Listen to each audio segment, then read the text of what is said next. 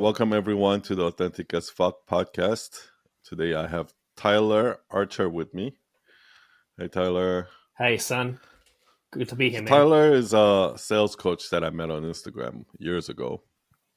So kind of like, why don't we just catch up from, what you've been doing in the last couple of years and like how your business evolved since maybe you tell us your story of like how you got on Instagram, how you grew the audience, and how your career evolved as a result of that. Sure, man. All right. So Try to be as specific as possible, by the way. Yeah. With your stories. So we met, for anyone who doesn't know, me and Son, we met a few years ago now. And I think that's when the social boom of Instagram specifically, there's a lot of creators, right? A lot of people are dishing out a lot of information. But certain people stand out, just like how I've met you, Son. We're here doing this now. But I was starting my journey very new at that time. I was still, this is going about 3-4 years ago now. I was starting my social media journey. I didn't really know much about what I was looking for, what I was I knew deep down what I was looking for, but I didn't know what it meant or what was going to come from me being on social media at that time. I was still What employed. Was it deep down that you were looking for? I think I was looking for, I was looking for a way out of where I was currently in my life when it came to being employed. I knew there was more. I knew there was more out there. You were working at in a sales organization. I was. So I had 15 years of sales experience there, and training and managing salespeople and being a sales manager in a corporate company. So that obviously was great. To most people, that would be a really cool career. Who, obviously not to everybody, of course, but to the majority of people who look at it as like hey, great career. You're getting paid good money. You have these things. You have a company car. You have a phone. You have a laptop. They give you all these things. You get paid well. Like, what are you complaining about, right? Like, I think that's for me. But I was like, deep in my core of who I am, I was like, no, there's got to be something else out there for me. There's got to be something else I know I can help people with, and something I can still do as part of my passion, but help people with that as well. Got it. So when was like the day that you started to, when you posted your first content? Like, how did that start? Man, it's such an interesting question, that one. But I remember, I don't know how it came about specifically in the exact date, but I remember just getting on Instagram. Like, I was never a social media guy. Like, I would barely post anything on Facebook, man. Like, I was just that watcher of people posting stuff, like just post and just lurk in the background. But I don't know how I came on Instagram because I never had an account previously. And I don't know, man, maybe it's just how the universe speaks to you at times. And I saw a couple of posts from like motivational sales quotes and sales tips. And I was saying, I know that stuff. I can share that. I can easily put that out there. And then So what did you start with?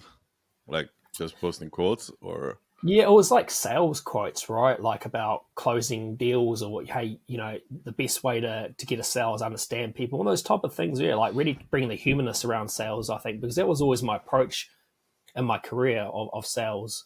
I got taught a lot of different ways to sell, but I always knew deep down how the sales I actually got was through relationships, through actually getting to know a person rather than just trying to close the deal, right? So I tried to embody that and put that into my quotes online, but that's how it started. And, when I look back at one of my first... They were like single posts, or were you making carousels at that time? Just single. Like carousels weren't a thing back... They weren't there then. Oh, so you were just making like single posts with like Canva or something.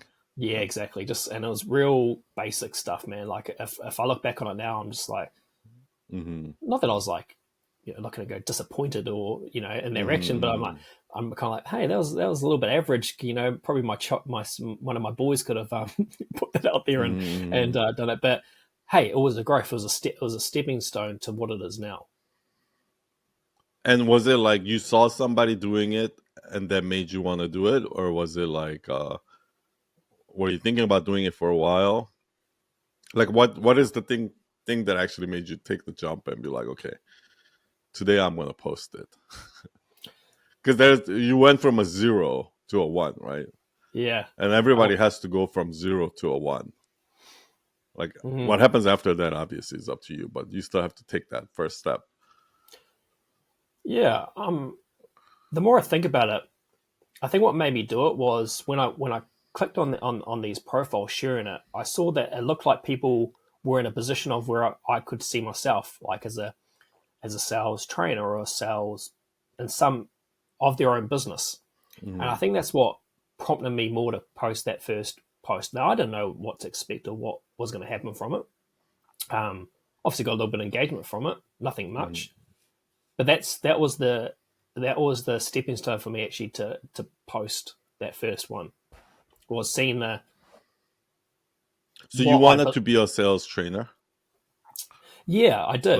independent, like. Yeah, I had that. I always had this ambition throughout the years of growing up, that I always had this kind of entrepreneur spirit in me. Anyway, now I'm not talking about those airy, fairy kind of stories, but I always told Mm-hmm. people around me, like friends or even my wife, like I was like, at certain points in my career, I was like, man, I could have my own business. Oh, I could do that. Mm-hmm. Like I always had that drive, right, Mm-hmm. to be able to do something myself. I didn't know what exactly, Mm-hmm. but that's where and then the passion. So then that passion with purpose, and the sales side, I had that skill set, so I know I could utilize that. Mm-hmm. Yeah, I feel like if you know how to sell, like you can, like everything else, I feel like is it just builds on top of that. Do you know what I Mhm. mean? Like if you know how to sell, you can start a business. Yeah, I'll come back to this one as well. But it's funny you mentioned that, because I'll go more in detail about this. I had this conversation with someone yesterday, and that was the exact same things they sent me in the DMs. Was, you know I've been trying to grow on Instagram, and I'm trying to get my marketing strategy in there, but I don't know if I need to learn sales yet. I don't know if I need sales in my Mm-hmm. business. And I'm like, but you just mentioned in that DM that you're not Mm-hmm. getting clients in sales, Mm-hmm. right? Mm-hmm. So as you just said, son, like me and this light bulb thing for me is turned on, flashing bright. I'm like, you need sales, just like you said. Yeah, yeah, yeah. Yeah, so I feel like there's like so many businesses with good products that just fails. And then there's businesses that just knows how to sell, and then because eventually you can make a better product, Mm, right? But if you don't know how to sell, like no amount of good product is going to help your business. nah, and you've done well through the power of what you do, and how you've sold with the story and the way of storytelling. And so you've done well positioning yourself in that way for your brand. I think that's, if you're a product or a service, or essentially most people now are selling themselves, right? Online through Mm-hmm. Instagram, Mm-hmm. as we talk specifically about, that they have a service, they have a product, but people are buying into you, right? So they need to feel there's that level of trust. They need to kind of know you a bit more. They need to know that you know them inside out on what they're going through Mm-hmm. Mm-hmm. day by day, what they're experiencing. And then those people are typically the ones that are going to reach out. And when I have a client call, it's those people going like, yeah, I've been following you for a while. Hey, I've been following your stuff. Like, your stuff resonates with me the most. It's different to what I've seen out there. And I feel like Mm-hmm. those are the pressing moments when you kind of like telling yourself like, yeah, I am doing something different. I have Yeah. something unique. Mm-hmm. So how did you go from that, like starting to post your first Instagram posts, to like actually, quitting your job and like doing your own thing? Yeah, How did that process happen? it wasn't an easy transition, because again, I was in a let me reframe that. wasn't an overnight transition. Mm-hmm. Yeah. The choice that I wanted to was easy. I wanted to do it. That was the easy choice. I already made that choice. But I think, again, there's so much noise on social media. And where I'm going with that, son, is that for me, it's like, I had a different scenario than what other people may be facing, or challenges, or why they want it, right? So for me, specifically, my scenario is that, I was working a busy 9 to 5. It was very demanding. I also am married with a young family, 2 young kids. Mm-hmm. So there's a lot of different pressures and elements. There may be someone else who's a single person wanting to leave their 9 to 5. Mm-hmm. Now, I'm not saying that what they're going through is any less of a struggle or challenges, but it's just a different dynamic. So I had to be conscious of those things that were riding on my decisions. Mm-hmm. Right? How long did you how long did you like work a full-time job and like a side hustle until you like how long did you do that for, making content and doing both at the same time, until you went completely full-time for your own business? That would have been a year. Oh, that's not bad. No, it's not That's bad. not bad. It's not bad. Yeah. Because I already had some of the skill set anyway of sales, but not as that. I fast tracked that approach. Like I connected with the right people. I invested in myself as well, to gain other bits of knowledge, right? Through some marketing, through some other sales strategies, through some copywriting strategies, some storytelling strategies, right? Mm-hmm. Like embodying those things, I found like they just gave me more value to be able to and fast track myself more, rather than trying to get on the hamster wheel and just figure it all on myself, which when you're starting out may feel like it's the easiest option to do and the cheapest option. But I think there comes a time where if you want to push yourself faster ahead, making those right choices of investment in yourself to really put the piece of the puzzle together faster does help. And so, yeah, that year I was posting a lot. Mm-hmm. I wasn't really offering anything at the start. I didn't really know what that was, what I was selling. Yeah, I knew I wanted to help people, but I started off advertising I was helping salespeople, right? And then, early on, I was like, no, this is, I don't really want to help salespeople. That's boring, like I didn't want to help, I thought it might have been the easiest choice, but then, So who are you helping now? So I help more solopreneurs, more single person business, small business owners. So like coaches, solopreneurs, small business, if they may have a small team, but it's not like a big corporate company. Now, I'm not saying I haven't helped those people, but that's normally my target market because I enjoy that. Well, how did you realize that? Like, how did you know that you didn't want to work with like sales teams, but like solopreneurs? Yeah, You know like what I yeah, I do know what you mean. Like I have worked with sales teams, and I do work with them, but it wasn't a conscious, like I'm not going there advertising that, if that makes sense.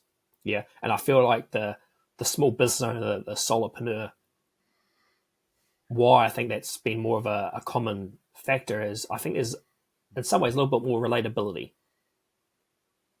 I think there's this single person, small business owner who is in a position probably where I was a few steps behind, in a way, not wanting to know how to do something more for themselves, more for their family, more for their earn more money, whatever it may be, and have a lifestyle that they can enjoy with that. And I think there is maybe those common similarities in that aspect. What do you think is like the biggest struggle that you're helping them with, like when you work with those people? Like, what's like the common problem that they all have?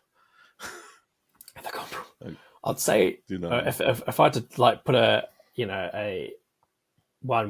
couple of words to it, it's a sales problem, right? But to break that down, it's really how to position themselves in the right way, so and being able to generate the leads and inquiries that go with that. I think is the Like I imagine it's different than, for example, if you were to walk into, let's say, Salesforce or like some big software company, and you were to train their salespeople, right? Like I'm sure it's not going to be the same kind of problems that they're dealing with, that the type of clients that you're dealing with right now, right? Like it's a different kind of struggle. Do you understand what I mean? it might yeah, it might be a different struggle. I think there'd be definitely some similar attributes of where things are going wrong. What are those things? What are those attributes, you think? I think it's not having a strategic approach and how to approach selling and how to approach sales. Got it. Okay.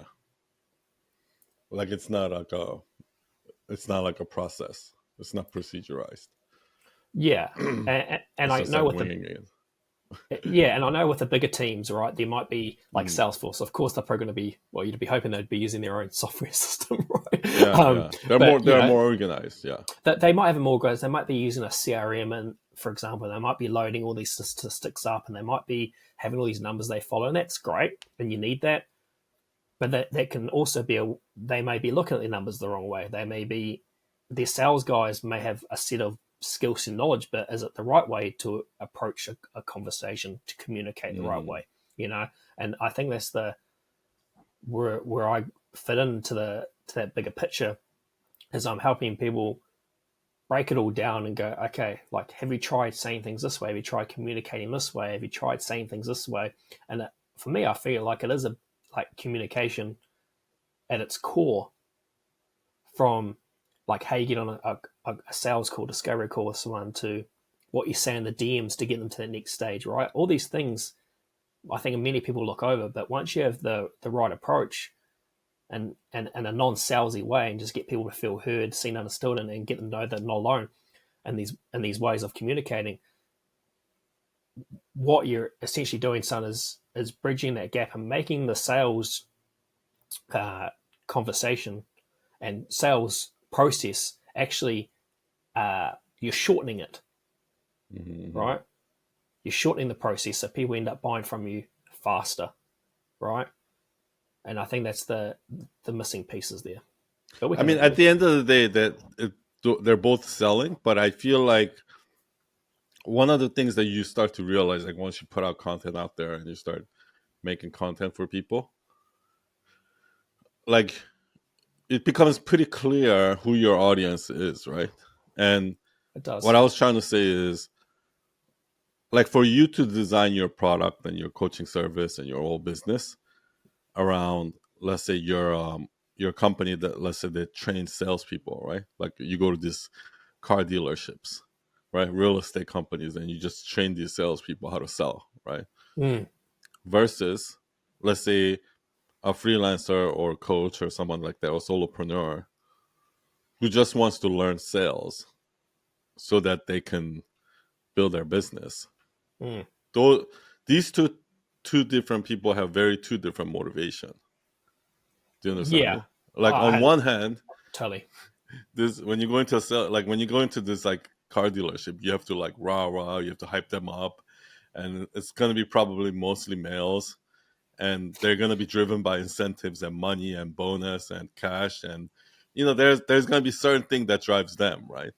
Of Whereas course. if you work with coaches and stuff like that, they're not as like Ego those driven. car salespeople are not gonna care as much about the product as much as the sale, right? Whereas on the other hand, like when you talk to coaches or freelancers, they might care a little bit too much about the product and not enough about sales. And like just the way they think, the way their motivations are is totally different. And the way you're going to approach them and how you teach them how to sell is going to be totally different too. Do you understand what I mean? I totally get what you mean. I think you nailed it with the different motivators, right? Where Yeah. you've got and the different And it's driving. almost like two completely different business. Like a It is. business that does this versus a business that, like what you do, I wouldn't even call that sales training, really. Because when I think of sales training, my mind goes to like these conferences where you get a bunch of salespeople in a room and you just like, hoo-ha and you hype them up, and like what you do is actually more like you're teaching some sales, but you're also teaching people how to run a business, basically. yeah, and Because part of that is, like if you don't know how a lead generation system works, where here comes a lead and it has to go through some process, it has to go in your CRM, and you have to follow up with them, and you have to sell to them. Like if you don't know how a system like this runs, then you basically don't know how a business works. Do you understand what I mean? Because a lot of business is about systems, right? Like mm, you put a pizza in this oven, and the pizza comes out this, and like you put a topping here, and like that whole process is what the business is. So I feel like a part of what you're teaching is not just sales. I feel like what you're actually teaching is you're coaching people, solopreneurs, how to run a business, basically, mm. like from the ground up. Yeah, and it is like that. I think sales is a big element to that, right? As you mentioned, if you don't have the sales part, it's a big missing component if they don't know how to sell, right? But with it, and we made the distinction of the big sales company, it's going to be a lot of the hoo-ha and the, do this and take action, and, go see these people and go make those amount of calls and etc. And I think that's old mentality sales training anyway, but I get what you're saying with the hoo-ha and all that. I don't even think what you do should be called sales, to be honest, because I'm assuming if I were to talk to your clients, right, let's say who are like freelancers and coaches, like solopreneurs who wants to like basically sell for themselves, right? Like I'm sure they're not sitting there going like, oh, how do I become a salesperson? That's not really their worry.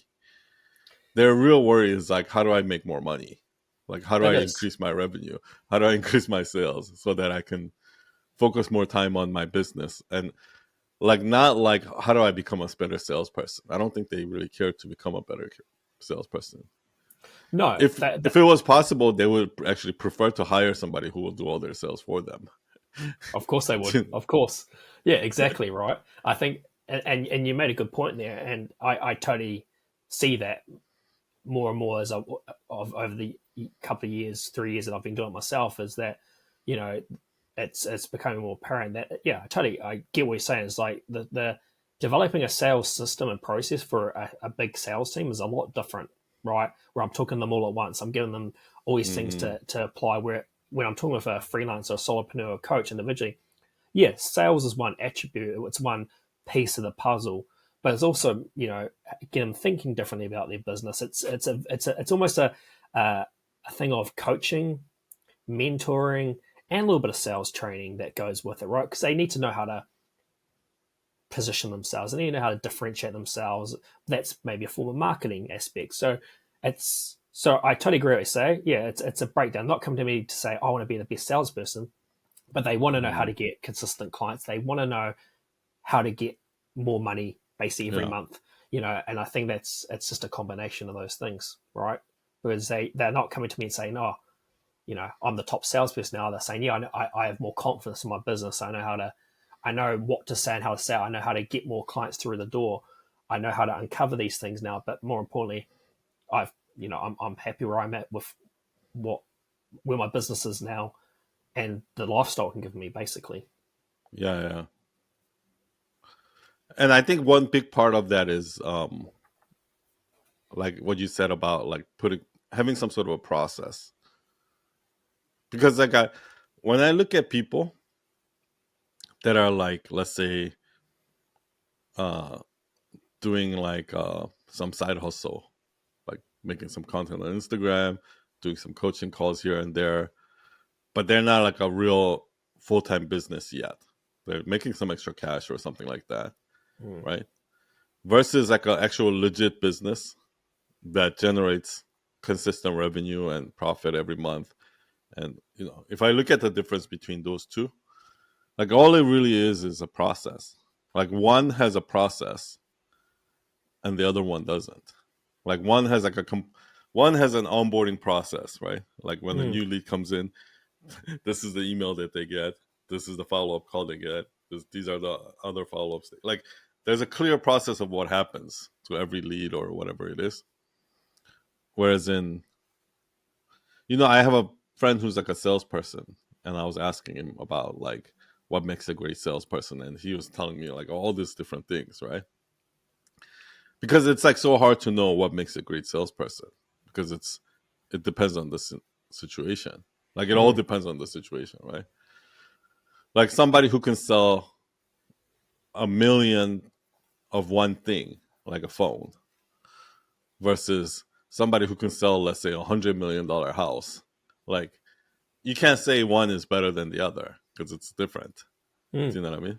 100%. So, but what he was saying is that he said actually the number one reason why most salespeople fail is because they're not organized, and it's really like the simple things like that, where when salespeople are not organized, they stop following up with people. They stop doing the actions that it's gonna eventually drive the sale. So that's why it's so important for all your process to be organized. And I just feel like if any business owner just does that, where for a fact that every week content is going out or some sort of an ad is going out with the clear message that drives people to opt in or fill out a form or whatever it is, right? So there's a lead coming in every week through the system. And then every lead that comes in like that, there's like a process where they get an email, and then you call them and you set up a meeting with them. And then you have a follow-up call, and then another follow-up call, and another follow-up call. And then so you have a process like this. And then that process is tight. So it's happening every week, no matter what content is going on, no matter what leads are coming in, no matter what leads are being followed up with, no matter what old leads are being followed through. Like, if this process is happening in the background 24/7, like, there's no reason why you shouldn't get any sales. Do you know what I mean? But that's like the boring stuff that most people forget. Yeah, Like, that's the boring stuff and the stuff that is exactly what needs to be done. Right. Yeah, it's the boring thing that needs to be done, which is not going to make a huge difference today. You following up with that one client is not going to make a huge difference, right? You sending an intro email to that one client is not going to make a huge difference today. But if you do that like 50 times a day, every day, it will make a huge difference over time. You know what I mean? Exactly. And I think so there's two sides to that, right? Where it's like having that repeatable process, which is boring to a lot of people, right? The repeatable process of knowing what to do and how to do it. And then you mentioned like they think there's some secret sauce to close that sale that day, right? Rather than just sending out that email and that's it. Yeah, exactly, right. And I think there's two parts of it where, you got your repeatable process. Now, I feel like the difference between someone getting the deal or not getting the deal, though, with maybe seeing that follow-up or getting on that call with someone, is what they're saying throughout to make that happen faster. Right? Got it. So, and what I mean by that, if I just say like a follow-up, right, like I say this at times, if I just say like a follow-up, like, hey, I'm just checking in or I'm just following up, for example, like most salespeople say, most people, that's going to cause resistance. So we know there's going to be someone who's got the knowledge where maybe a new freelancer doesn't know that. That's normal though. I am just checking in. I'm just seeing how they're getting on with the proposal I sent, right? But then if I take them their step back in their process and go, but why don't you just get on a call and talk them through the proposal while you're on the call with them? Instead of getting off and saying, I'm going to send you it, and then I'm following up. And you're putting all these extra steps through that takes it longer for someone to buy or ultimately not buy from you. If we can bridge that and bring that closer together, that's the difference. Well, it shortens the sales cycle. Yeah, exactly. And the thing is, that's where a lot of people don't know how to shorten the sales cycle either just by But I guess maybe, what I'm trying to say is this. yeah, like Yeah, repeatable. I think they're both important, They are. but I think the first part is way more important from what I see. And here's the reason why, because I think at the end of the day, I think people are trying to figure out, okay, what can I say in this email, or what can I do to close this guy faster, or whatever it is, right? Mm. I guess where I just feel like where most people are not paying attention is even in that basics to begin with. Just following up with everyone, just creating the CRM and just having that process through. Like, I just feel like that's the area where most people drop the ball already. Yeah, So they of just don't course, do it. like if you can do that and you can show in the sales cycle and you can say the right things, of course it's going to get even better. But Mm. I just don't even think people are getting to that second step yet. I feel like people are not even. I feel like people right now don't even have enough leads to work with. No, they Do you understand don't. what I mean? Like, if you Yeah, don't have enough leads to work with, your problem is not in closing. it's not. It's Your not. problem is process. Your problem is that you don't have a consistent lead flow. That's the first thing that needs to be fixed. Exactly, right? So I think what you said is on point, and then it's just, and then them going through that next step when they get there is establishing how to fast track that, right? Because Hmm. so shorten the sales cycle.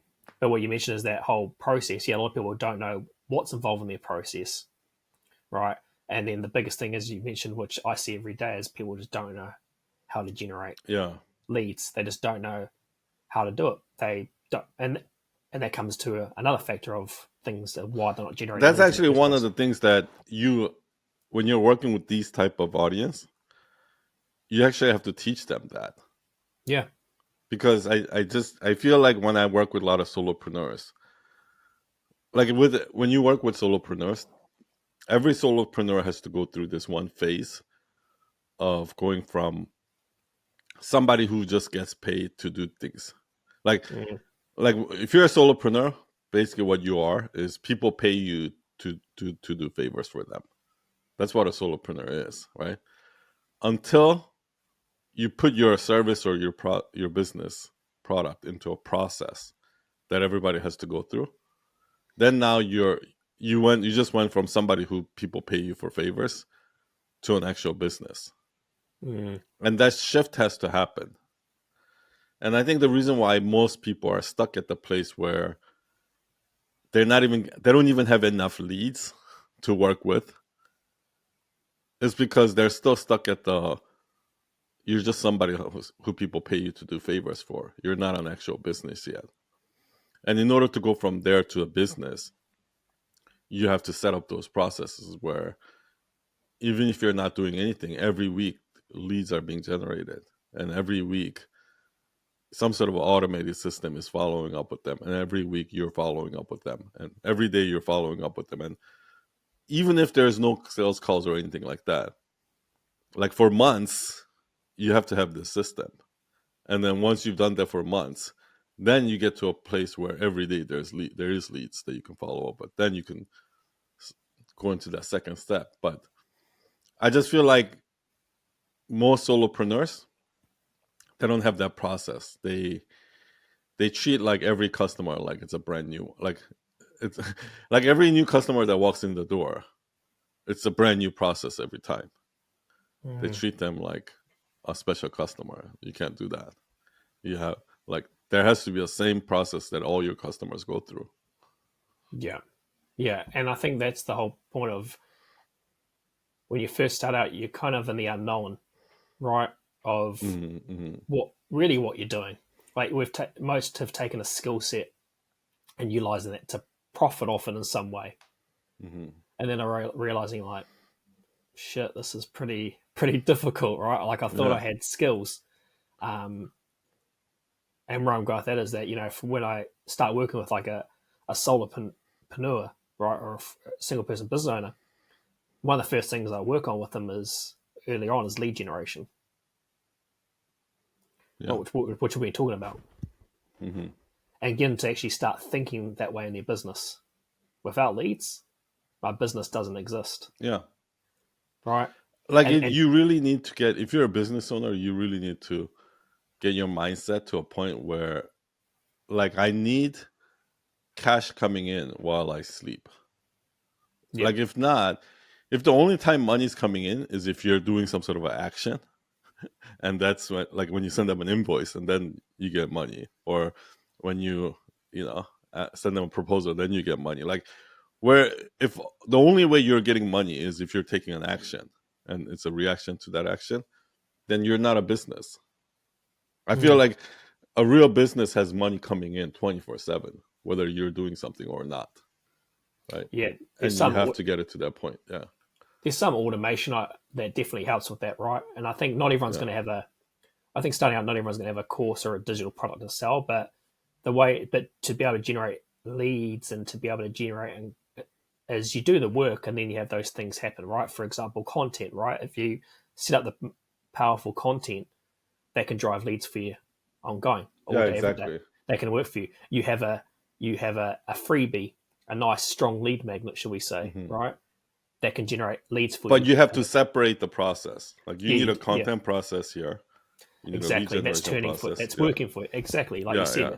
working. And I think one of the biggest buzzes for me is like when it comes to the client results, as what we've been talking about, is actually seeing like someone go through like months of like no leads, no sales, and then like within a week, I've gone tweet this, tweet that, Yeah. Yeah. and then I get a DM from them going, "Oh my god, I just got a discovery call booked in," or "Hey, I just got my first lead after like months."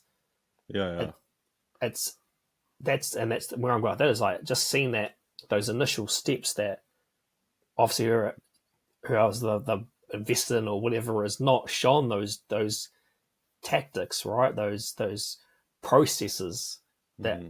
without those to start with, nothing else is going to move, Yeah. Yeah.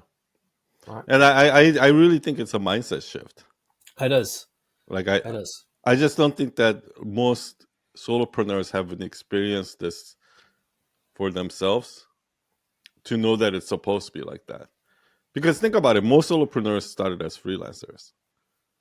So what they're used to trading their hours for time, right? Yeah. So they're used to doing some sort of a work, invoicing them, and then they pay you. That's what they're used to. And they think that this is how a business works, but that no, you're just an employee then.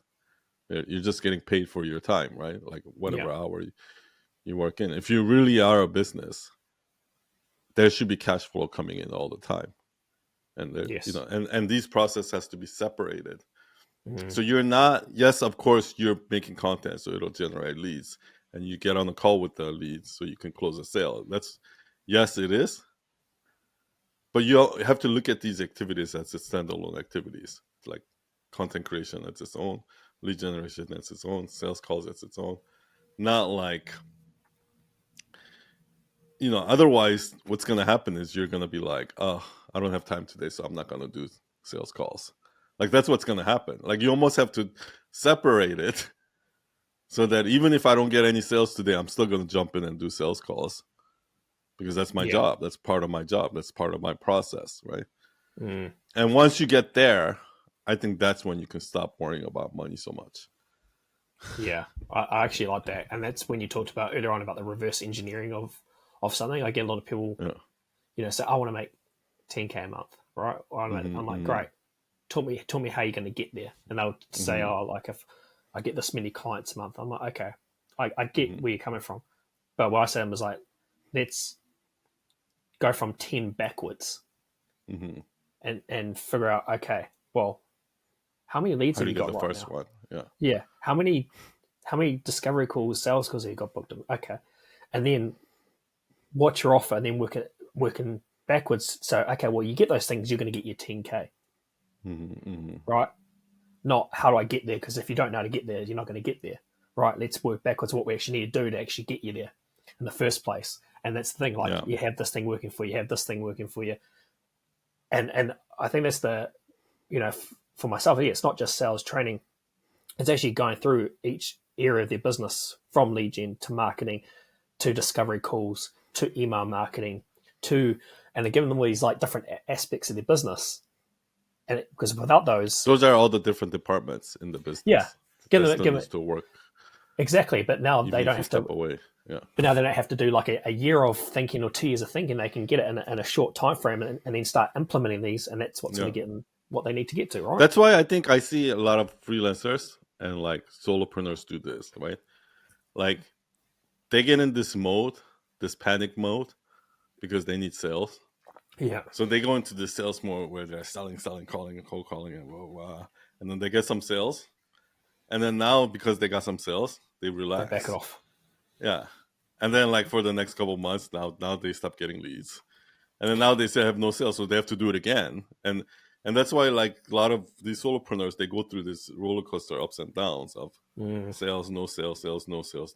Like, and in order to get off that roller coaster, you really need to separate those things. Yeah, And have those activities happening, whether they're sales or not, right? Like you should never ever relax about sales, ever.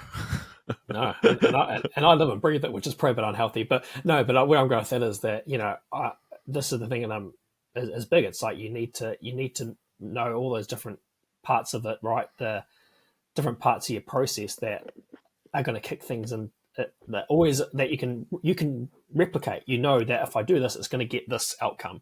If I send this type of message, I know I'm going to get this. If I know I'm going to do this, I know this is going to happen. As you mentioned, I think that's where a lot of them fall flat. And I was actually interesting with good old Neil Patel, where I saw a recent study with him saying that I don't know if everyone knows him, but big marketing kind of guru out there, right?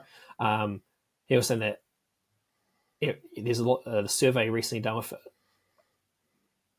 I think it was like 99% of people with like over 10,000 followers, right, with a business are not even making $300 a month. And I saw that, and I was a bit shocked, but I kind of knew that would be right though in some way. But it was such a massive statistic. Like it was like 99 or only 1% actually make with over 10,000 followers on social media on Instagram make $300 a month in their business. And where I'm going with that is like that's a pretty big opening to go. Like it may look like on social media that there's a lot of people glamorizing that they're all winning, right? Mm-hmm, but just going to show is a lot of people are actually struggling, and that comes back to the whole not knowing that what we've been talking about is that sales process and patterns that they need to put in their business, right? Because if you've got 10,000 followers, hey, some people might be happy with $300 a month if it's a side hustle, but if you're a business, I mean that's not doing. Yeah. That's not. It also kind of tells you like, because not all the followers are the same. Like just because you have 10,000 followers doesn't mean you're the same as this other person with 10,000 followers. Of course. Right? Yeah, exactly. So, yeah. I think it has a lot to do with like, are you, like some people are just better at running business than others, right? So if you're just like a terrible business operator, but let's say you know how to get eyeballs, so you know how to grow Instagram, like that's not really going to work out for you. Like you're still gonna need somebody who knows how to run a business, so you can convert those attention into profits, right? Well, so you need both. I think like you need somebody who knows how to grab the attention and get the followers, but you also need somebody who knows how to run a business and turn a business profitable. I think growing an Instagram accounts a lot different than running a business, right? So you need, as you mentioned, you need the both, because I've had accounts reach out to me who've got 50,000, 100,000, 200,000, and I'm have them and are working with those types of accounts. They've done well in the growth, but they don't know how to take those people in their audience and convert them. Right, so they're left there. Like you look at a lot of these accounts with massive amounts of following, and you're going, wow, that, like to most people, because I was there once, right? Wow, that person must be smashing into their business, right? Like they must be doing amazing. And then you, if these accounts I've spoken to, I'm like, okay, so tell me, like, how many clients get? I'm not monetizing at all. I'm like, it goes to show, right? Yeah. Well, I mean, you also have to build a brand. You do. So just because you have followers doesn't mean you've built trust, right? Like No. while you build your followers, you also have to build the trust, because the trust is what you're really selling. Yeah. But also knowing how to, again, you may be great at building that trust. You may be good at building an engagement in your following and your audience. But if you've got no process around how I'm going to monetize these people, what do I actually have to offer? What does it even look like? What is that sales process? Then it means nothing, right? Like some people might be happy with a following that is just there as an inspirational page. But if you want a business, you've got to know those basics. Yeah. But most of those people are not. Um, I think the reason why is because like I think with most of those people, they're just lazy.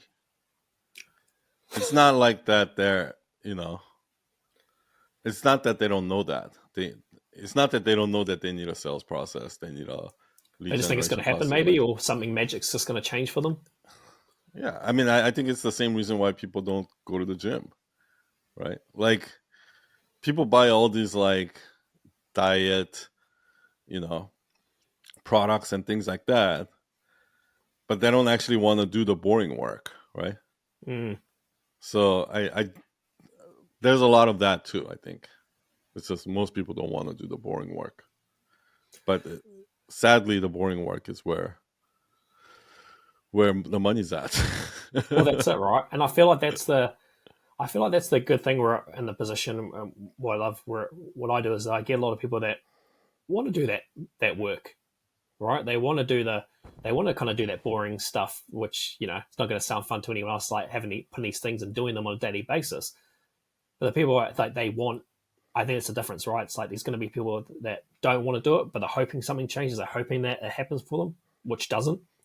And there's people there are like I've been on that hamster wheel for long enough now. Like I want to get off this effing thing. Like I see you as the person who potentially help me. How can we? I know I've got to do some work. What can we do to make it happen, right? And I think that's the big thing. And then actually seeing those people, I think, how am I going to put this in the way that doesn't get taken the wrong way? Those are people I feel like want it, deserve it. Like those are the people that like they get it. They're like, okay, I need to put in some work, Yeah, and I'm willing to put in some work. Yeah, yeah, and like yeah. No, those are usually like the people that are in the self-help world, right? yeah, So, but even within that group, the people who actually do put in the work is smaller, even smaller. So I yeah, think it's like obviously the biggest group of people just don't even recognize that, right? That they're not willing to put in that work. And then there's like a small percentage of people who are like, okay, I need to take some responsibility. I want to put in some work, and I'm going to do this for myself. And then once you've told yourself that, now from that point on, the people who actually do it, follow through with it and do it is very, very small, right? So those are the real number of people that we're looking at, really. totally. And with those people who do it, quickly realize the ones who put in the work and know that like shit, I've got to do this, Mm-hmm. and they see it, they realize how quick or how easy it is once they have that process, how they can get that, they can succeed, right? Like you, That's like they, pretty much, but that's every business owner. Like, I don't think I've ever talked to a business owner who started a business, made it profitable, and went back and I asked them like about like their past life or whatever, right? Like nobody's ever saying to me like, "Oh my gosh, like this is this is so much harder than I ever thought it was gonna be." Like that's not how it usually goes. Like anyone who quit their job to start a business, if you talk to them, they're like, I wish I had done this sooner." Do you know what I mean? Because I actually think that you have to go through that once to even know what it's about. Like, Yeah, I think the hard work though, you start getting a bit of a buzz off it, right? You start getting a like when you know that you've got to do it and you start seeing the results and you start seeing how quickly and how you can make it happen for you. Then yeah, I think there is that mindset going, like now I know what I yeah, can do and how I can do it. that's what happens. Yeah, you're like, But man, I most wish I people got. never even experience that, though. No, I could have done it. I could have done it a year ago. Yeah, right. I should have done it a year ago because you know now Yeah. what you made to make it happen, right? Which was a bit of resilience, which was a bit of grit, which was a bit of hard work, and I think that's why even and you've probably seen right the peers and people that you've been associated with on social media, like there's a lot of people starting their businesses or side hustles. Hmm. Over time, I've quickly seen a lot of people disappear, right? Hmm. And they may look at this guy from New Zealand and he's still there trekking away, right? Like, he's still going. He's still posting most days. He's still getting there. He's Yeah. still doing the same things. Like, I feel like that's rare, and I feel like that's the thing that's helped me get to where I've got to and want and keep So going. how do you think you were able to do that? Which part? Like, year after year, just keep showing up and doing that and not giving up.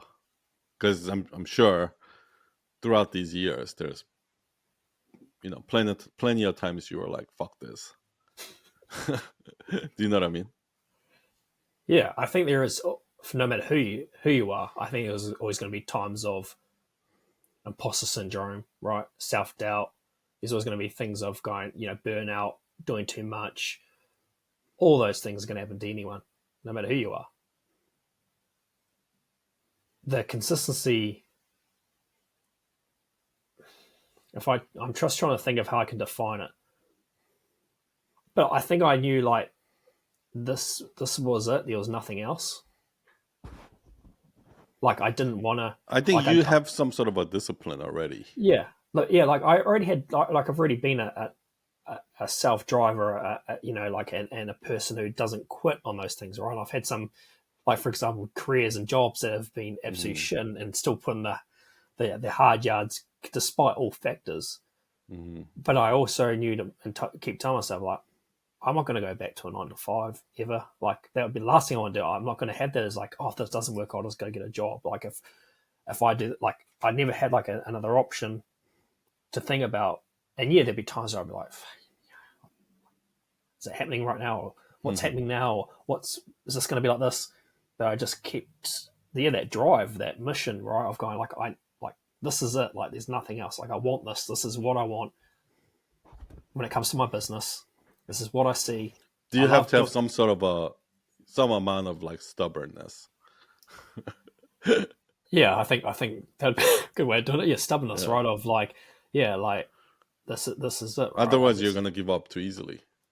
Yeah, You're just gonna, exactly. because like, you know how I would explain like entrepreneurship or like any of these things is like imagine it's your wedding day Mm.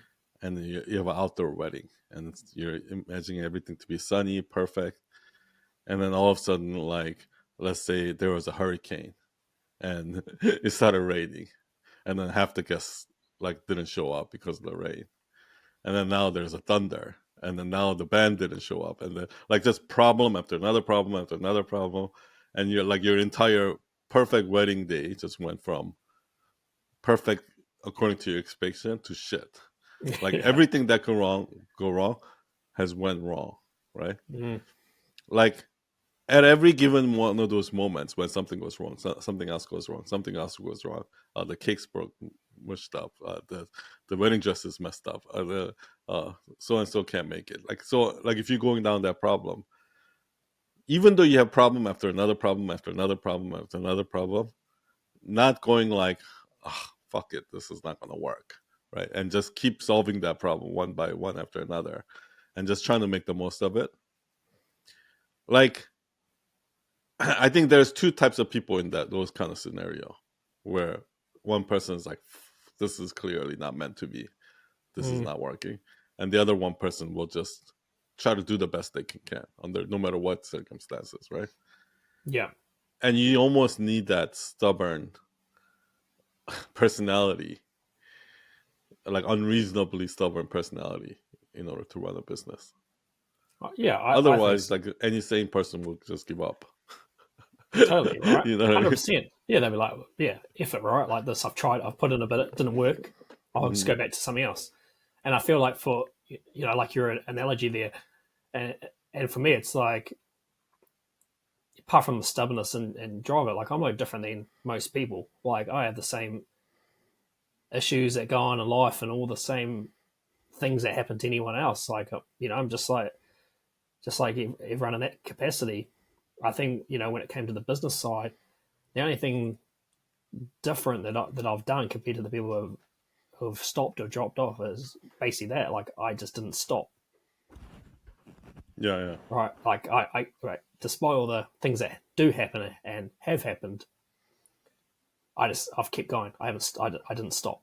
Where it could have been at certain times, like you mentioned, it could have been easy to go like, this is not meant to be, or this has happened to me, or why is this going on? And but not, you got to work those out for yourself and what that means. But long story short, it's like still doing it, still doing it. yeah.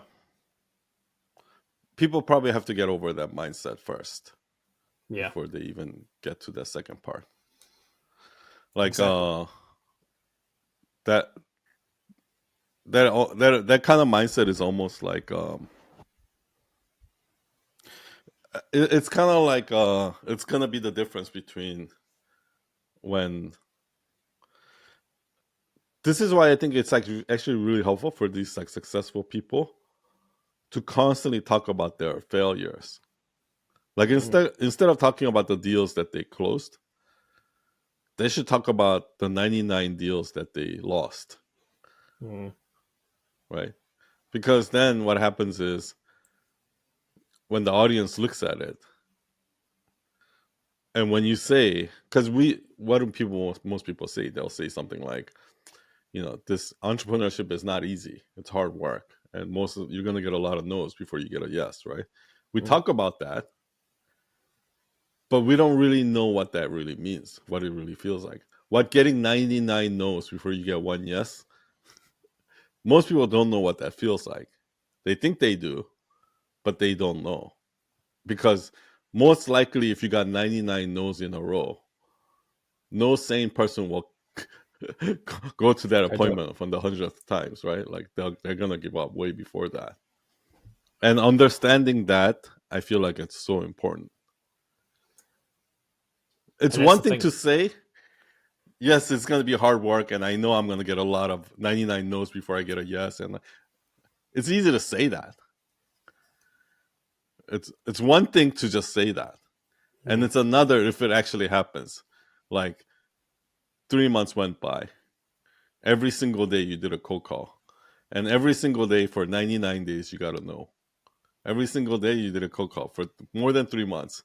And every single day you gotta know. And then to still pick up that phone on the 100th day to make another cold call, that's not an easy thing to do, right? That's a normal sane person don't do that. But it's no. also what's required. Yeah, it's like the whole thing of doing something over again, right? Is a version of insanity, isn't it? But Yeah. there's a certain part of us that if we don't do it, we don't know what could be different, right? And I think one of the biggest drivers for myself is because I was in that sales field for a long time. I had probably more than 99 no's. You've already Like experienced it. I Yeah. did. I experienced the rejection. I experienced Yeah.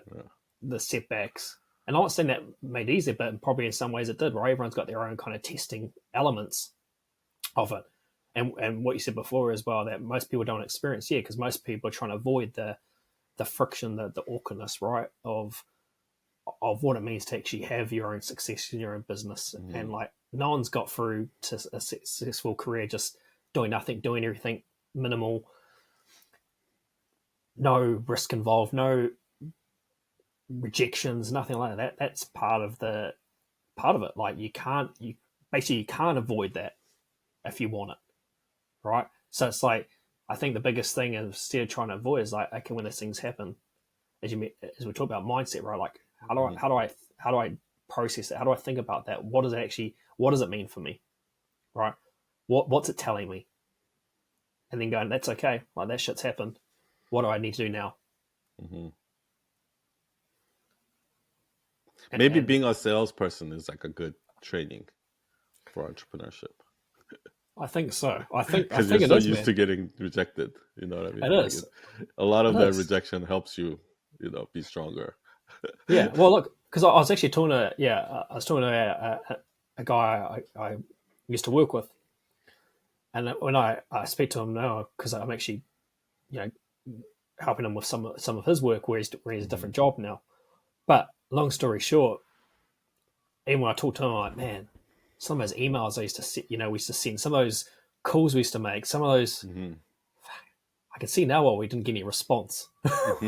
Like I'm Hmm. like, man, like they were just shit. Like I wonder why. Like the way we're doing things, like not that they were shit, like, but I'm saying they could have been so much better. They could have been so much different, right? But when I look at them, because even though we're still making sales and things, I'm like, man, just the way we're saying things, like why were we saying them like that? That was just like that was so out there, right? I'm Hmm. like, so it's like respective, of course, but when I look at that stuff, I'm like, yeah, like you don't know when you're going through it, but there's a reason why you've got to go through it. That's true. I mean, that's kind of like what we pay coaches for, if you think about it. Like when when if you suck in basketball, right, and you keep shooting the ball and it's not going in, whatever, right? But like a professional basketball player might come look at your form and tell you exactly what you're doing wrong. You're like, oh, you're not following through, and you're too stiff over here. You're like, your foot should be like this. Like they can see it. To them, it's so obvious what you're doing wrong, right? Yeah, Even though yeah, to you, you have like kind of like when you send the sales email. Like when you're young, you have no idea what you're doing, so you don't know how stupid this email is. yeah, But when you've been doing sales for a while and you look back, you're like, oh, of course, this is why it didn't work. And I think that's why it's so interesting, right? To have some sort of an experience like that, because it's the same thing in copywriting, design, anything, right? Like anything that as content creators, things that we're trying to teach people. There are certain things that other people are doing, like for example on Instagram, where to me it's so obvious. Like I'm like, why are you doing that? That's clearly why it's not working for you. But hmm then they keep doing it, right? yeah, Like, but to me it's so obvious that that's the reason why nobody's watching it or whatever it is, right? mm. So yeah, it's kind of, I think it's funny like how knowledge works like that. How you can see things. If you look at probably like a salesperson doing a call, you can probably just by watching them, you can clearly see what they're doing wrong and what are the little things that they have to change in order to fix it.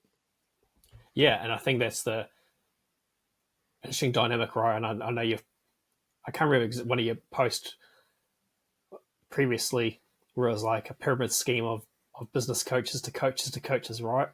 And Yeah, yeah, I'm teaching the same thing, and where I'm trying to extract a bit of something around that is that something there's a pitfall in the market, right? And one thing I see is I get a lot of people reaching out after me is that they've invested a lot of money into these programs, right, into these coaches who don't have this sales experience. So they might call themselves a Mhm. business coach, and again, I'm not disrespecting anyone here, but they may call themselves this, and then they're teaching someone how to sell based on maybe their wins, right, on their success. And I get there's some level of that, I see what you mean. but Yeah, if you haven't really done and understood sales and what it is, then how can you can't teach it the same way. You yeah. can't because and that's why I get a lot of people who come to me and they're like, yeah, I work with these business coaches and I still don't really understand what they do, but they they give them these like like scripts or structures, and it doesn't work for them. Hmm. And I can see why it doesn't work for them because it's not the way you sell. Yeah, yeah, yeah, It's not the way you approach it. It's not the way you follow up. yeah, It's not the way you do that, yeah. right? And so I don't know if I'm making much sense there, but I feel like there's anyone can anyone can share knowledge, anyone can share information, but probably just like yourself or me, if we see it from a different perspective, if we've got a skill set in it, we can actually see, no, that's not the right way. But I'm not going to go comment that person's post and go, no, actually, you've said that wrong, right? Like, no, you've not. But I think that's where knowledge is power in a certain way, right? When we know our own skill set, and that's what you're doing every day, like storytelling for yourself. That's true. Yeah. For you, like, obviously you've got other great skill sets, but storytelling is the thing that most people know you for, is that you know it more than anyone. You know, and for anyone coming to you, I think it also helps, like, when you coach other people, because when you're a coach, you don't just see what works for you. You also see what works for other people too. So yeah, that's why, like, for example, like, even though Bruce Lee is like a much better martial artist than Bruce Lee's teacher, like, Bruce Lee's teacher is actually a better teacher, right? Because he taught Bruce Lee, right? yeah, Whereas in Bruce Lee can't teach another Bruce Lee that's better than him, right? So it's kind of like that, right? It's like when you're in sports, like a good coach can, like, I think a good player can only make themselves better, whereas a good coach can make everyone better, because they can see the patterns in, like, okay, this is not going to work for this person, right? Things like yeah. that. And I think there's also another side to that as well. It's like, with some of those things online, right? We see like someone who's successful sharing their monthly revenue screenshots, sharing their success, and then people buy into that, thinking, oh well, I can get there too. And in some ways you may be able to, but most times you don't, right? And so where I'm going with that is, I don't share my screenshots of my bank account. I don't share how much money I'm making. I give it an insight when I work one-to-one with clients. They know the journey and with what things are possible. But I show relatively in the client results that I get for other clients, to show them this is possible through I think what that works better. it Like, does. when you're It does. selling, I don't care about how much money you make. I care about how But much your students make. yeah, well, that's it, right? But and that's my philosophy on it, right? Like that's why you get some of those people, and I see it daily still. Like, you get people marketing that way of like, this is how I get. They're trying to share their journey, encourage others, but that's going to look good for you and good for you if that's what you've achieved. But to someone who's just starting out or wants that, I also think it just that tactic doesn't really work as much anymore, because I feel like it it's should do. overdone. It should do, but you still get these people, right? Like, I closed 7, and I'm like, yeah, you I closed mean, of someone. course, it's still gonna work. Like, if you get an email from the Prince of Saudi Arabia who Exactly. says Right. that they're gonna give you, like, even those scam emails works on some people, right? Like, there's always somebody dumb enough that these tricks will work. The problem Well, is it's there's not enough of them, that, so that there's always going to be enough dumb people that people can scam them out of money. Do you know what I mean? which is unfortunate, right?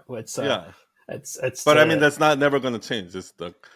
It's like the oldest game in the book, where people have been getting scammed for thousands of years. So yeah. people will always get scammed, but I just think that majority of the people won't, because I don't believe that majority of people buy into that. Like, when somebody goes on Twitter and says, "Here's how much money I made this month," like, I think 90% of the people don't care.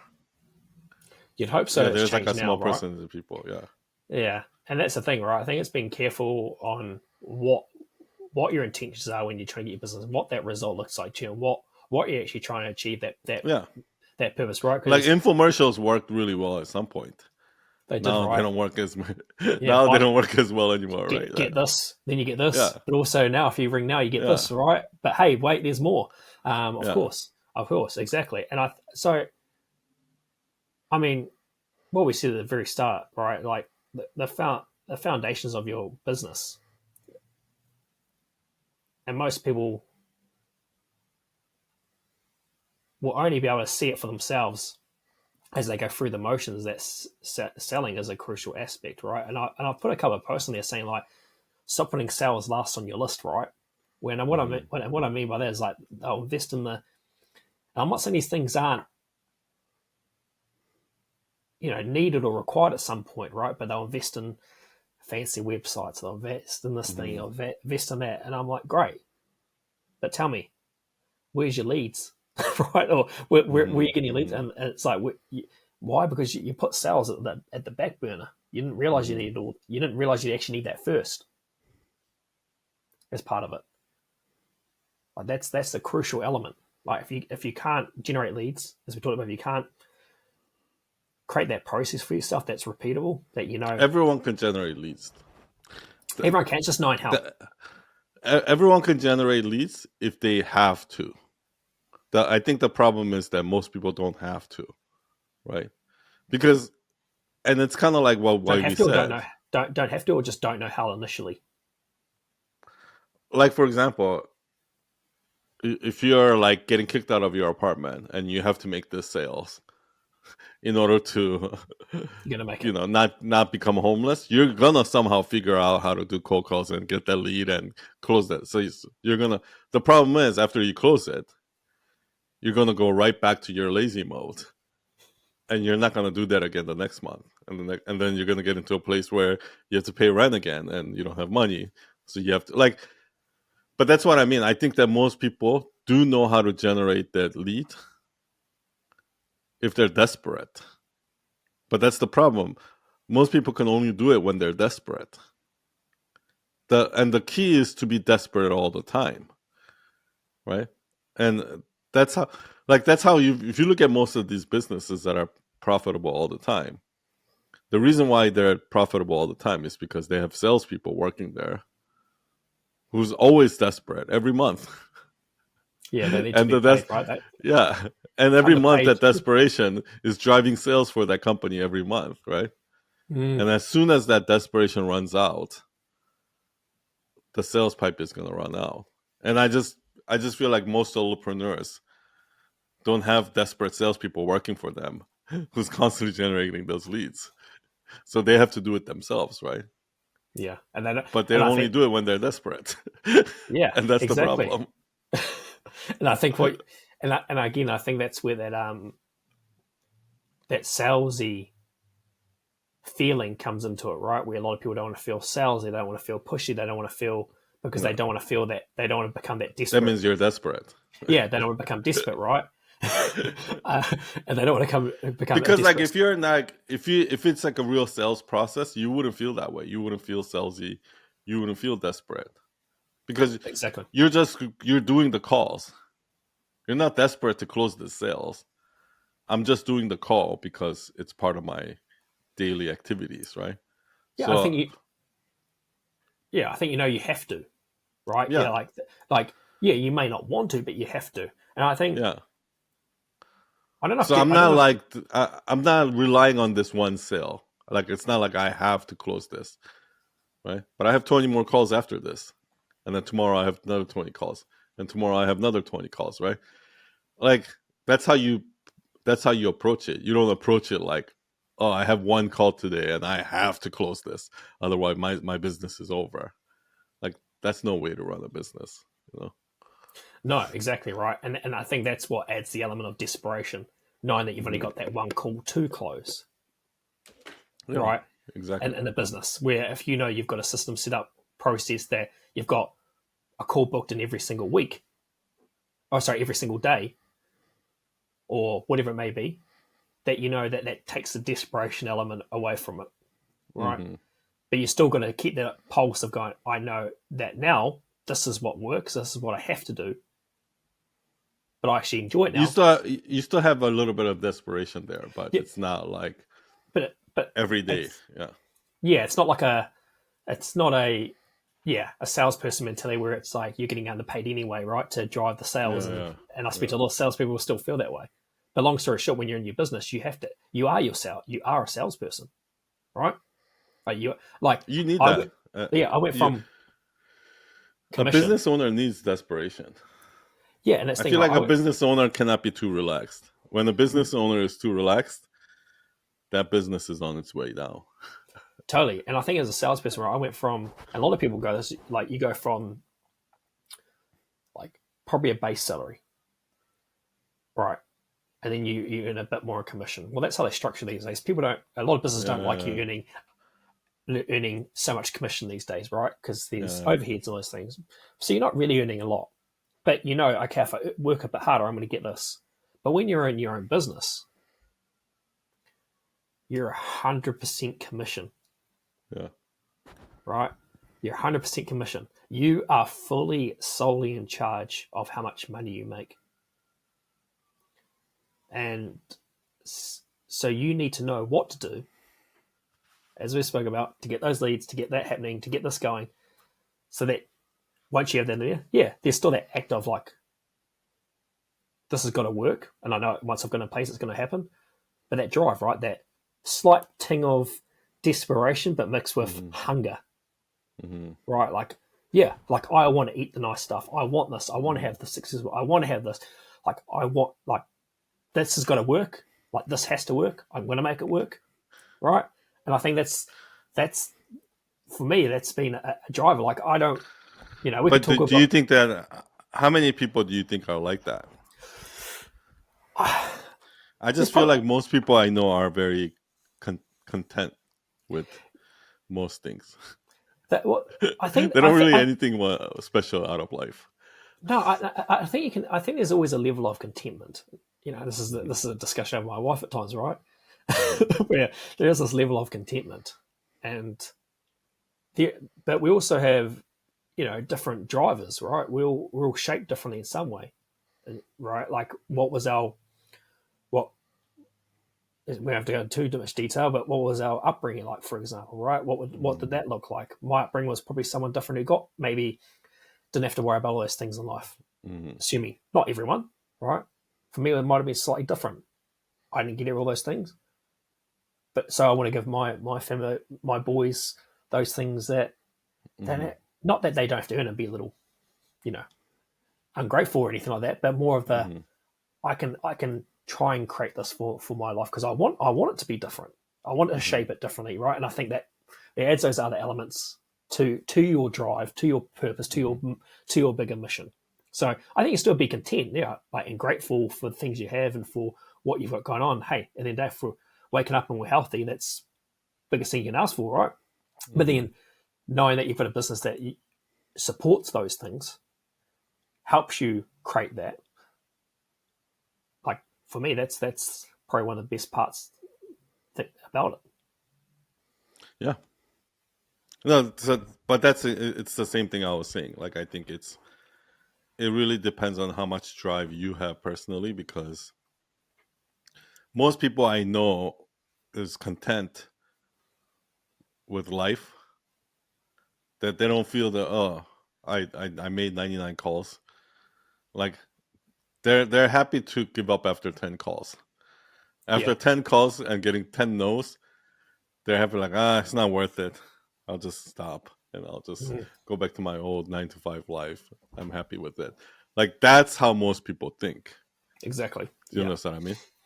Totally. And that like, so to me, if that's how you're gonna be, you might as well not quit your job.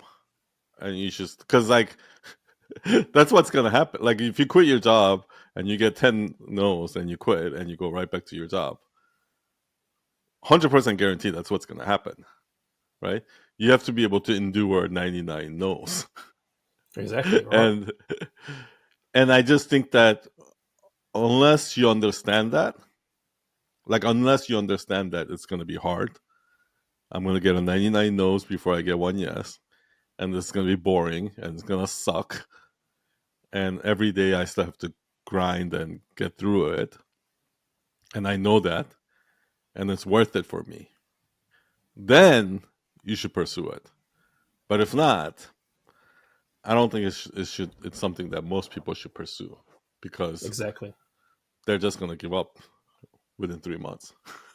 Yeah, it's 100%. It's like you're, if you're at the end of the day or throughout the day, you're keep looking at the time, waiting for you to go home, right? rather than Yeah, waiting you have to for want it bad enough. Yeah. waiting, but instead being more excited to wake up Hmm. to start the day, right, Hmm. with what you want to do, then you're probably doing the wrong Yeah, thing, right? And I you think have to that's want it. But you have to want it bad enough that you are willing to, I guess, wake up in the morning and do those things that you don't want to do because that's how bad you want to do them. exactly, Do man. you know what I mean? Exactly. Yeah, 100. And that's what like, to do something consistently that's boring as I you've think that's said. the secret to life. The Do the secret to boring life things. is figuring out what's so worth doing in your life that you're willing to do all this boring and hard shit because this other thing is worth it. So figuring out what is the thing that's worth it, I guess, is what everybody needs to do. Because if there's nothing in life worth living for, whether it's your family, your kids, or your whatever friends or whatever it is, your business, if there's nothing in this world that's worth living for, meaning doing the hard shit, like Exactly. going through the daily grind because it's worth it, then I, to me that's like there's nothing sadder than that in life. No, no, and I think it's not so much a purpose. It's That's when you well, probably get depressed yeah, when well, you that's wake it, up right? and you're like, what's the meaning of life? What's the meaning of life, right? What's the circle of life? Yeah, exactly, man. Exactly. I love it. All right. Cool. Is there anything that you want to promote or anything going on in your life that you want to share with us? Not so much So about. you have your one-on-one coaching program, so right? I do. I have my one-to-one and group group offerings as well. But So you do mainly, one-on-one and group. yeah, Got it. yeah. Or I work with a business that's got like a small business where it's more of a consultant Okay, with them and the team. But essentially, it's consulting with what I do for a lot of got it. businesses and entrepreneurs. Oh, so you do both. So you work with companies where you train their team, and Yeah, you also work with solopreneurs. yeah. So, for example, I'm working with a coffee business that's based in Texas at the moment, and Oh, really? and they've got and the guy's got a Colombian farm, which so he's really trying to produce this unique coffee model, but he's competing against all the big dogs. But that's a different story, a different time. But again, I'm working with his sales guy to help him get some more Okay, structure, and I'm working with the owner so he can gear himself up to drive the change, to lead the way, right? So it's a different type of coaching for both, but essentially it's helping them get the same goal, make more revenue. got it, got it. Where in Texas? Fort Worth, Oh, okay, it's close to I Dallas. almost forgot that. Yeah. Being on the other side of the world, That's right? awesome. Yeah, so yeah, man, so it's cool. And I think that just comes back to the opportunities that when you So are if you're doing. like a business that want to work with you, they can hire you. And also if you're a solopreneur who wants to get some coaching on how to generate leads and sales, they can also work with you one-on-one.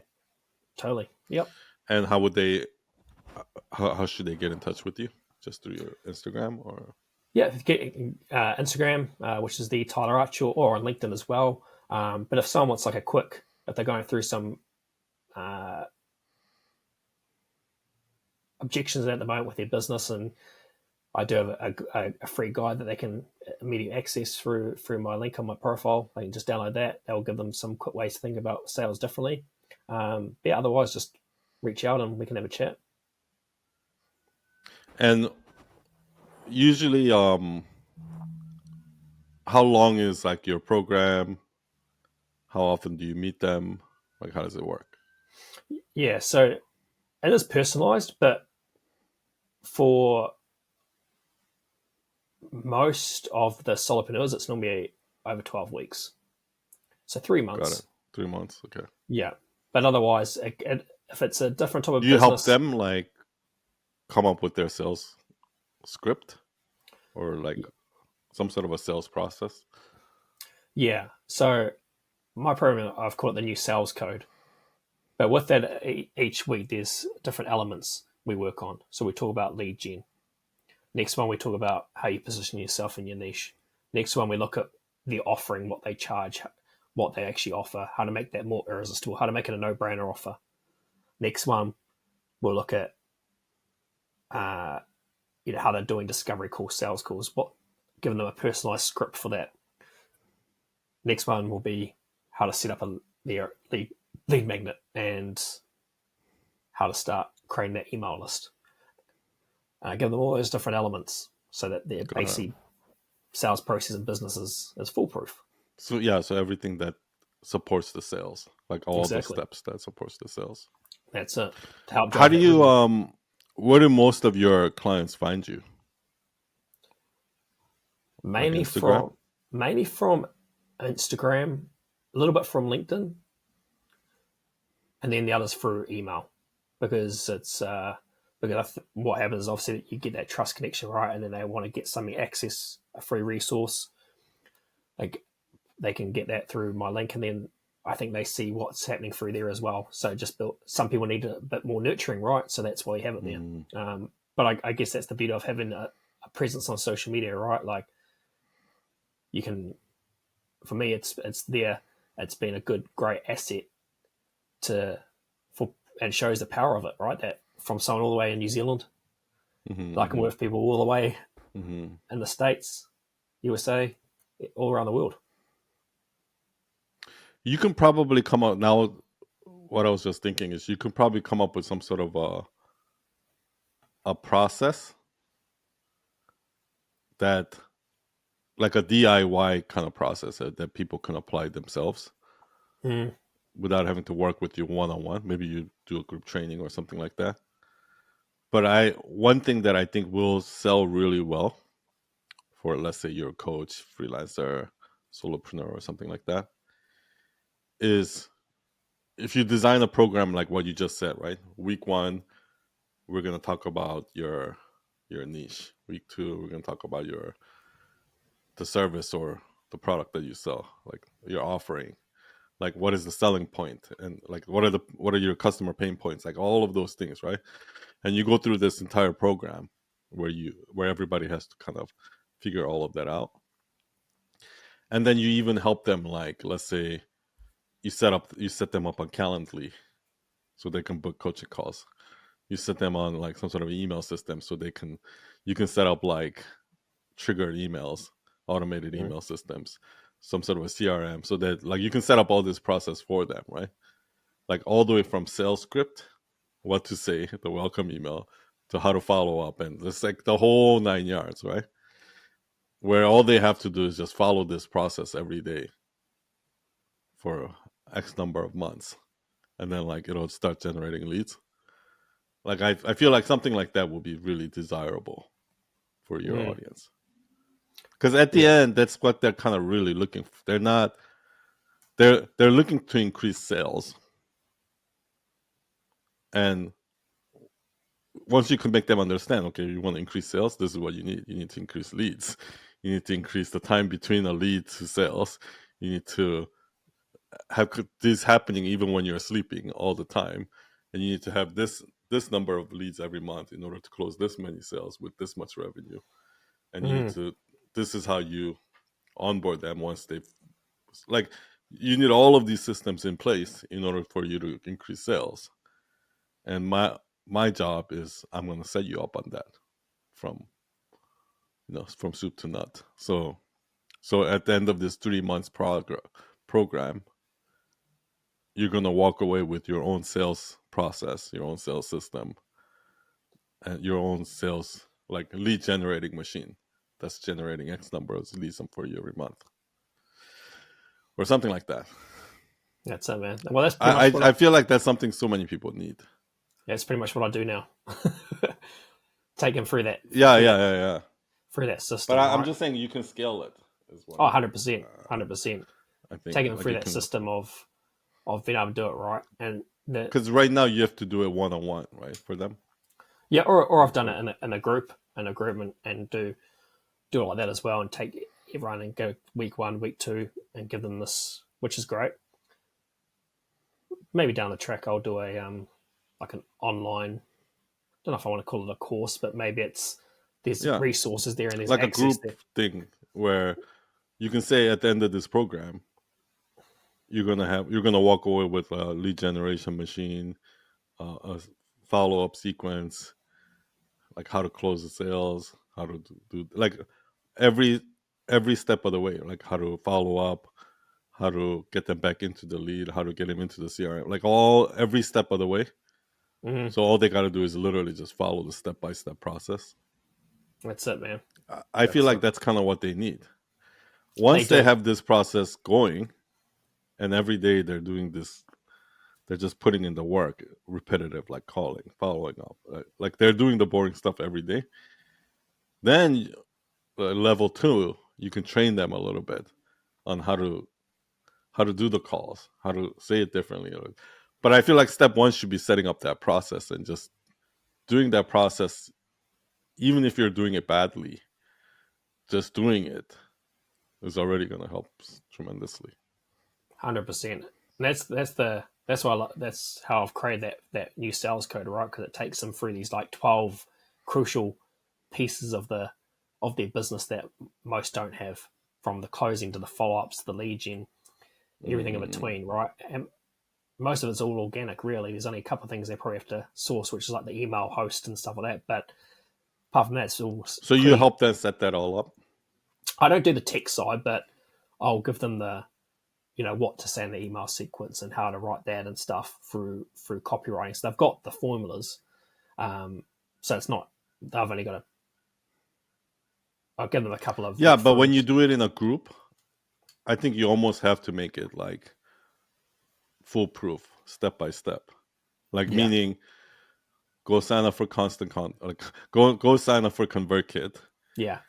Do this, click on here, copy and paste this email here. Like you almost have to do it like that for. Oh, I do have that. I don't do the like implementation for them, but I say like, hey, get ConvertKit, sign up for this, Okay, yeah. get a landing page, Yeah. one pager, put this on here. This is how we're going to format it, Mm-hmm. things like that, right? And then we review them on our calls and tweak them and stuff. Yeah. So, yeah, it's pretty good. The turnout. I mean, even just changing some aspects, man. Like I've had clients rapidly change the game for themselves. Like I said, a yoga studio from Melbourne. She's been in business for about 12 years.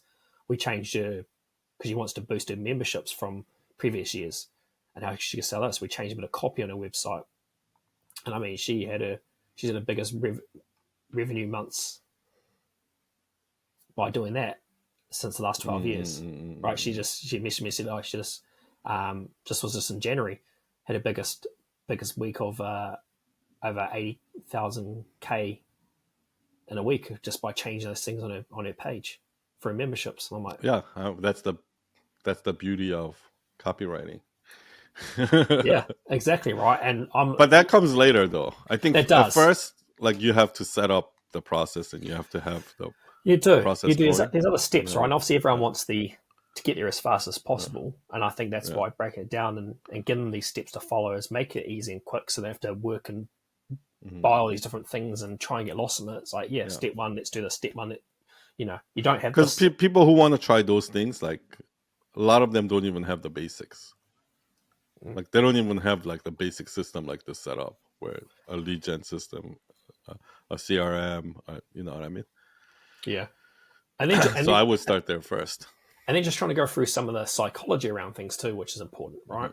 Like you get some people so like, especially freelancers, they're so used to like setting up proposals, for example, right? Setting up proposals. Yeah. And then I'm like, That has to be automated. Yeah. yeah, or if you are doing a call with them, because they may be having a call with the client, right? And they're going for a proposal, like a social media marketing content creator, right? And they're like, okay, I'm going to go through all this stuff with you. And they're like, but then I'm going to send you off the proposal. And I'm okay, how many of those have signed on to you? Oh, none. Or 1 out of 5 or 1 out of 10. I'm like, okay, so why don't we do this instead with that process? Implement that. Review. Let's review. Oh, I just actually closed two sales in a week. Yeah, right? yeah. Doing it that way. So it's Yeah, really there's cool. like little things like that too. I remember like Exactly. one of the things that we did in the beginning was we would sell them a website, but at some point what we started doing was instead of selling them like a $50,000 website, we would sell them like a $10,000 um like a strategy session Mm, where we plan your website, we come up with the pages, we do all the structure and content planning and all of that, right? And then from there we'll know exactly how many pages we need to design and all of that, and we can give you an estimate for the rest of the project. So instead of selling like a $50,000 website, we started selling like $10,000 strategy session, and mm, that was almost like once we started doing that, that was almost like 100% close ratio because it's like a huge price difference, right? that's it. So that's like another thing you can do, right? Like instead of selling them one big thing, like break it into like little pieces and sell them just the first piece first. Exactly. Yeah, and it's just about how people model and that's Because the thing, once man. they're like a lot of these kind of services, once you get them in the door, like once I sell them a strategy service for $5,000, most likely they're gonna buy the rest of the stuff from me too. You know Exactly. what are they gonna do? They're gonna hire us and then go somewhere else. They're Yeah, not gonna do exactly that. right. Yeah. And I think that's how different business models offering something different for them to get a taste of it, right? And then Mm-hmm. they go, oh well, that's cool, that's massive value. What's next? Yeah. Yeah. Yeah. I like it. So if anybody who needs a sales process, needs help with their sales process, go work with Tyler. He can hook you up. Um, so people can find you on Instagram, LinkedIn. I'll Yep. put all the links in the bottom. Is there anything else you want to say before we jump off?